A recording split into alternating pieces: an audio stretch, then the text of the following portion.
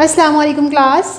Last class में हम लोगों ने chapter number 2 presentation of data में सीखा था कि किस तरह अनग्रुप डेटा को ग्रुप डेटा में कन्वर्ट करते हैं और मिड पॉइंट किस तरह कैलकुलेट करते हैं। मिड पॉइंट क्या होता है, किस तरह इसकी होती है कैलकुलेशन, ये हम लास्ट क्लास में सीख चुके थे। उम्मीद करती हूँ कि आपको समझ में आ गया होगा। आज उसी क्वेश्चन को थोड़ा सा और आगे लेकर चलेंगे। बाज़ दफ़ा एग्जामिनर आपसे पूछता है कि ग्रुप डेटा आपको गिवन है, इसकी रिलेटिव फ्रीक्वेंसी या फिर परसेंटेज रिलेटिव फ्रीक्वेंसी निकाल कर दिखाएं।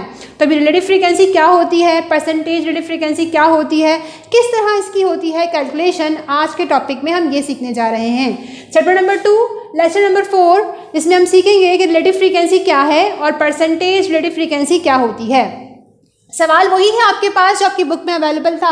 बुक में गिवन था पेज नंबर 26 पर नंबर ऑफ 65 स्टूडेंट का डेटा था। उसको हमने लास्ट वाली वीडियो में अपने सीखा था किस तरह अनग्रुप को कन्वर्ट करते हैं ग्रुप फॉर्म में। फिर इसकी हमने फ्रीक्वेंसी कॉलम रेडी कर लिया था। इस सवाल को आगे मज़ीद कुछ एग्जामिनर आपसे पॉइंट देता है कि RF कैलकुलेट कीजिए और परसेंटेज RF कैलकुलेट कीजिए। ठीक है जी। तो फ्रीक्वेंसी का काम है हमारा। सवाल जो हमने लास्ट टाइम सॉल्व किया है उसी की फ्रीक्वेंसी को यूज़ करेंगे। सबसे पहली बात कि रिलेटिव फ्रीक्वेंसी होती क्या है। रिलेटिव फ्रीक्वेंसी का मतलब होता है कि आपकी इंडिविजुअल फ्रीक्वेंसी, ये जो फ्रीक्वेंसी आई हुई है ना 7, 10, 13, 8, 13, 6, 3, 3, 1, 1, ये आपकी इंडिविजुअल फ्रीक्वेंसी कहलाती है। हर क्लास की फ्रीक्वेंसी, ये फर्स्ट क्लास की, सेकंड क्लास की, थर्ड क्लास की, ये फोर्थ, फिफ्थ, सिक्स, इस तरह हर क्लास की अलग अलग फ्रीक्वेंसी आपकी इंडिविजुअल फ्रीक्वेंसी कहलाती है। फिर इसका जब आप सम लेते हैं तो ये 65 समिशन F आपका सम ऑफ फ्रीक्वेंसी कहलाता है। इसको आप शो करते हैं सम के साइन से। सम ये वाला sign divide summation F is equals to summation 65 आ गया आपके पास। तो ये सम है और ये इंडिविजुअल फ्रीक्वेंसी है। इस सम में हर फ्रीक्वेंसी का कितना हिस्सा शामिल है, क्या रिलेट करती है इंडिविजुअल फ्रीक्वेंसी इस सम से, उसको कैलकुलेट करना कहलाता है रिलेटिव फ्रीक्वेंसी। इसका होता है फॉर्मूला, यहाँ लिखा हुआ है मैंने। रिलेटिव फ्रीक्वेंसी को शो करते हैं RF से is equal to individual value, यानी हर एक की फ्रीक्वेंसी, ये लिखा हुआ है आगे, individual frequency divide by whole frequency sum of values या फिर समिशन F, एक ही बात है। यानी हर वैल्यू को अगर आप उठाकर डिवाइड करवा दें अपने सम ऑफ फ्रीक्वेंसी से तो रेडी हो जाता है आपका रिलेटिव फ्रीक्वेंसी का कॉलम। कैसे, मैंने यहाँ पर सॉल्व किया हुआ है।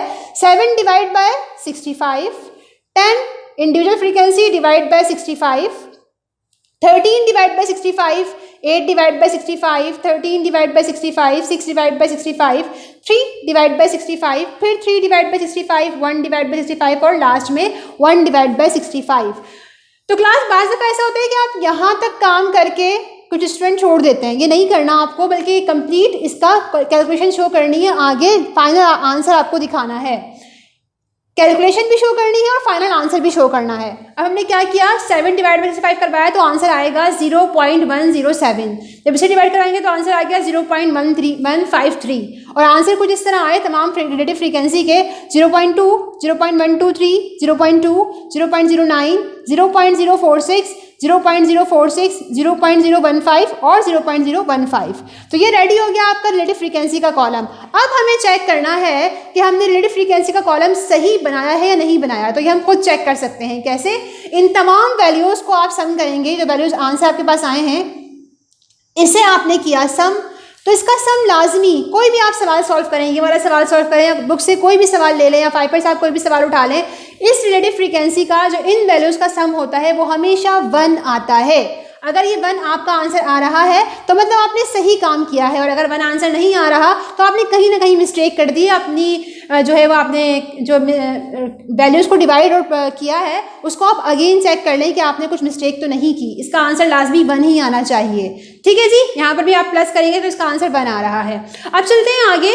ये परसेंटेज रिलेटिव फ्रीक्वेंसी क्या होती है। बेसिकली ये वैल्यूज़ जो आ रही है ये पॉइंट में आ रही है। इन्हीं रिलेटिव फ्रीक्वेंसी को हम कन्वर्ट करते हैं परसेंटेज की फॉर्म में। करना कुछ नहीं होता, ये जो आंसर आपके पास आए होते हैं इन्हें सिंपल आपको मल्टीप्लाई करवाना होता है 100 से। हम जानते हैं 100 किसकी निशानी है, परसेंटेज की सिंबल होता है। ठीक है जी, तो हमने इन तमाम वैल्यूज को क्या करवाया, 100 से मल्टीप्लाई करवा दिया। जो पॉइंट में वैल्यू थी अब वो कन्वर्ट हो गई परसेंटेज में। ठीक है जी, 0.107 लिया हमने, multiply by 100, 0.153 multiply by 100, 0.2 multiply by 100, इस तरह तमाम वैल्यूज़ को हमने मल्टीप्लाई बाय 100 करवा लिया।